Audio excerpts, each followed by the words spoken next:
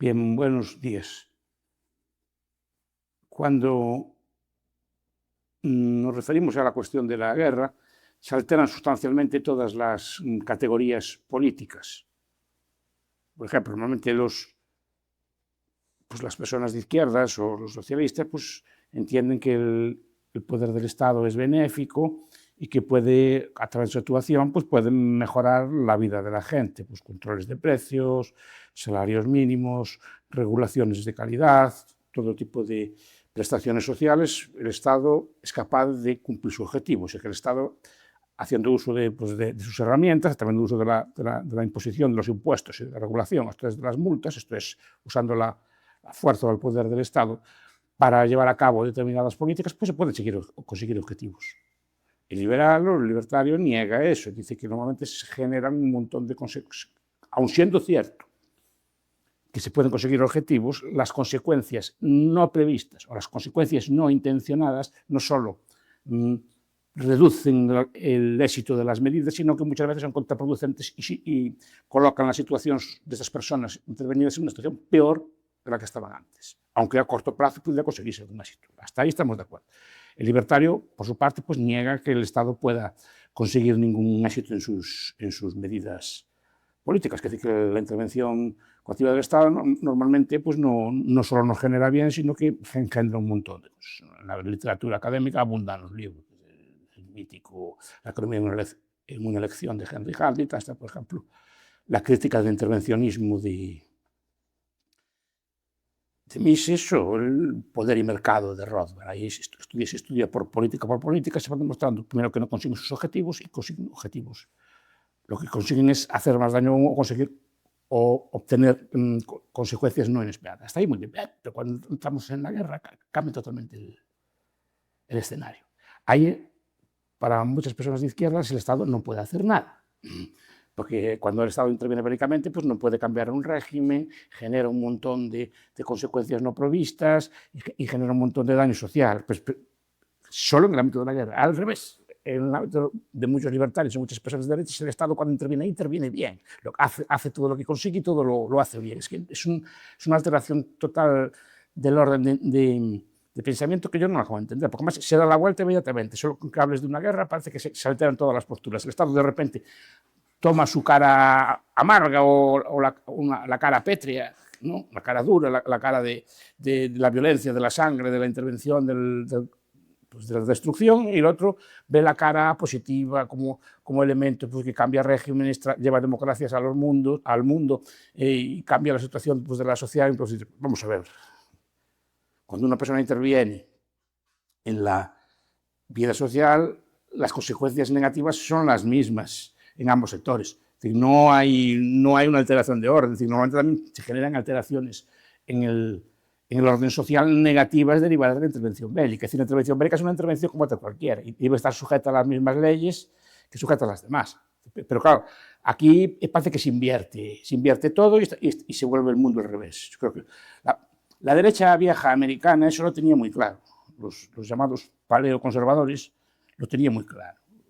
Igual que hay neolítico y paleolítico, hay neoconservadores, que son la izquierda, la derecha progresista, moderna, intervencionista, etcétera, de origen trotskista en su momento, como Irving Kristol y Mille Podhoretz y otros autores, Podhoretz o Mille Decter y otros autores que piensan que el Estado puede intervenir en el extranjero, hacer una cosa buena, incluso hay que reducir un poco la intervención interna, pero en el exterior puede traer la democracia. Es una extensión del trotskismo, que quería expandir la revolución socialista a todo el mundo, la expanden en vez de traer la revolución socialista, que quieren imponer, digamos, por la violencia, por la revolución o por la fuerza del Estado, la democracia. Pero básicamente los argumentos son los mismos. De hecho, vienen de círculos trotskistas norteamericanos y convirtieron al neoconservadurismo. Pero la derecha vieja eso lo tenía muy claro, los paleo, los viejos, ¿no? ¿Qué tenían claro? Pues ellos, como saben ustedes, los que estudian estas cosas, les interesan estas cosas, saben que es una derecha que surge en Estados Unidos contra dos puntos, que consideraban como los puntos o los principios a partir de los cuales el Estado se desarrollaba. El Estado crecía y el Estado alcanzaba sus formas actuales y alcanzaba el nivel de intervención que tenía hoy. Uno, el estado de bienestar en forma de New Deal, en los años 30 en Estados Unidos, ¿no? que constituía un conjunto de regulaciones de precios, salarios, subsidios, la seguridad social, etc. Y por otro lado, la oposición al intervencionismo exterior de los Estados Unidos fuera de sus fronteras y para, digamos, causas o conflictos que no tenían nada que ver con la seguridad estricta de los norteamericanos. Se opusieron, en su momento, los primeros aislacionistas se opusieron a la entrada en la Primera Guerra Mundial y después, en tiempos de los años 30, lograron sacar a Estados Unidos de la Sociedad de Naciones, los restos del viejo imperio. Y la derecha vieja se articuló en torno a esos dos puntos. Y se consideraba que la verdadera derecha era la que se oponía al crecimiento irrestricto del poder estatal. Entonces, hasta ahí queda todo claro. Esa tradición aislacionista, esa tradición antiintervencionista, con altos y bajos, bajó mucho por el tiempo de la Guerra Fría, pero volvió a resurgir pues, con el pensamiento de algunos libertarios como Rothbard e incluso de conservadores como Russell Kirk al final de su vida, que se empezó a oponer, digamos, a este tipo de intervenciones bélicas. De tal forma que los conservadores clásicos o conservadores duros empezaron también a oponerse al intervencionismo estatal fuera de las fronteras, en forma de guerras o pues, de cambios de régimen o intervenciones variadas de todo tipo. Y llegó a verse precisamente porque era algo que reforzaba el poder del Estado no solo en el exterior, sino también internamente, porque se usaba la guerra como una excusa para establecer regulaciones internas, regulaciones de censura, regulaciones económicas, controles de precios, incluso censura pues, de las redes sociales o sometimiento a control pues, de las transacciones financieras, etc. Todo con el nombre o bajo con la excusa de la seguridad de la guerra. Entonces, las guerras hacia afuera se establecen en seguridad. Entonces se plantea una división en las derechas, que fue muy patente, sobre todo en las guerras de Bush y de Obama, entre los neoconservadores, que no dudaban en aliarse con republicanos blandos o con demócratas así conservadores, que es su hábitat natural, pero que se enfrentaron ya por primera vez a una derecha conservadora, a los paleos. Los paleos nacen con Pat Buchanan, el concepto de paleo moderno, la derecha moderna, con Pat Buchanan, al cual asesoró Rothbard en sus últimos años antes de morir, en su plataforma, pero una plataforma de American First, América primero, y que no debía intervenirse fuera. Y esa lucha está ahí latente. El otro hito fue la campaña de Ron Paul.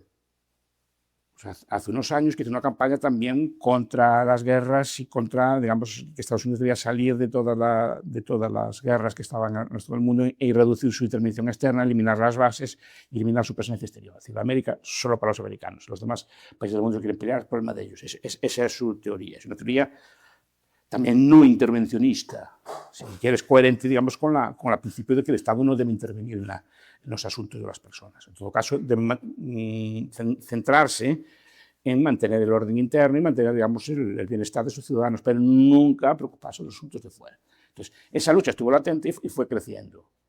Con la derrota pues, de los neoconservadores, con la primera legislatura de Trump, recordemos que todos los años de Bush y los años de Obama fueron años pues, de muchísima intervención en todo el mundo, ¿no?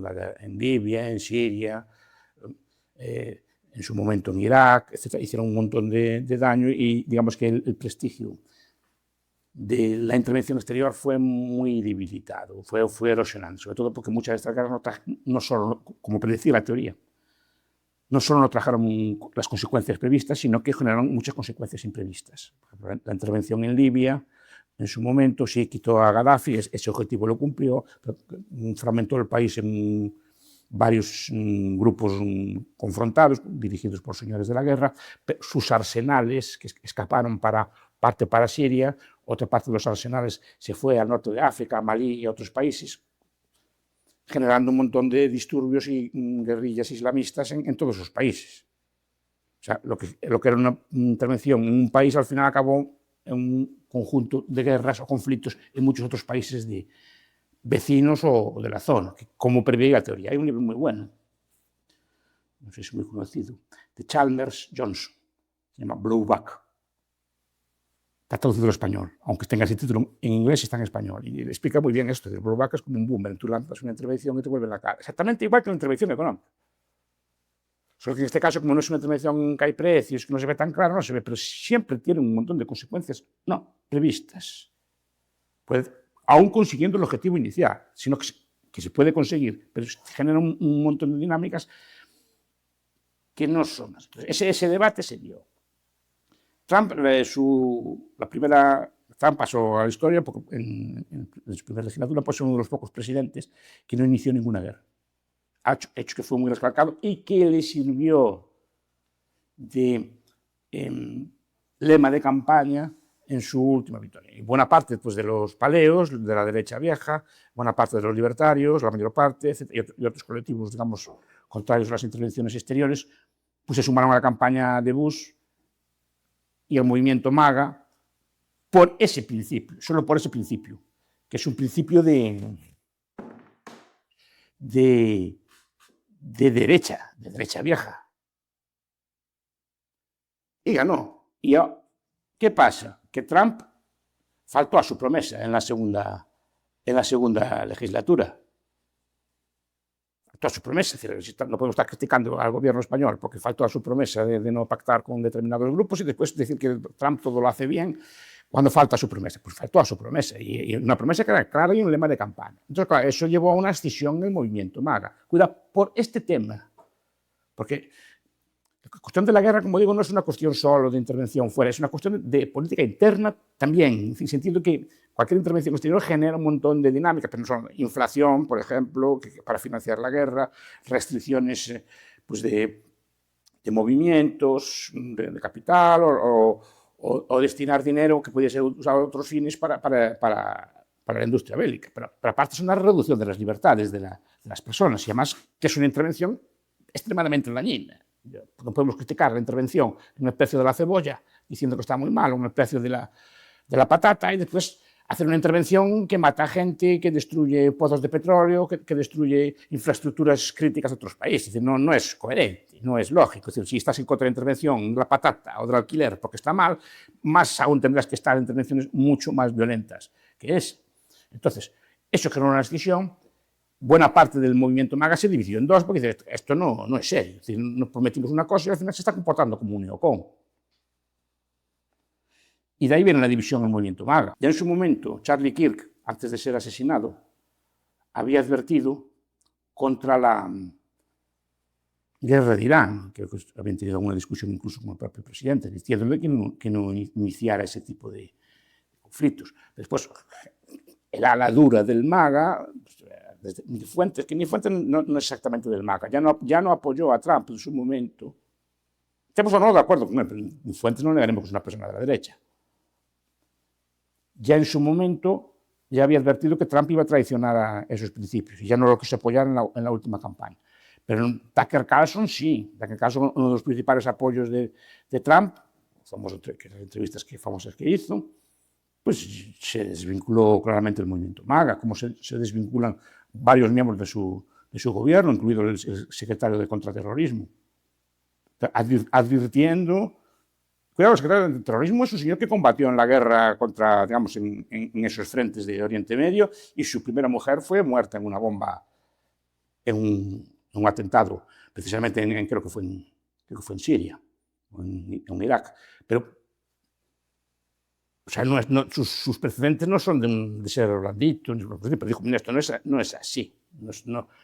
Irán no es una amenaza existencial a Estados Unidos y esta guerra, pues no hay muchas opciones de ganar. Y claro, se dimitió, pero como dimitió otros miembros de su gobierno y sobre todo buena parte del movimiento. Solo tienen que ver, por ejemplo, a Ron Paul, lo que está diciendo todos los días de esto, y otros medios próximos de la derecha americana. Entonces digo, cuidado con la guerra. La guerra es una intervención como otra cualquiera. Y estar en contra de la guerra es una postura tan de derechas o más que la contraria. No es más de derechas estar con la guerra.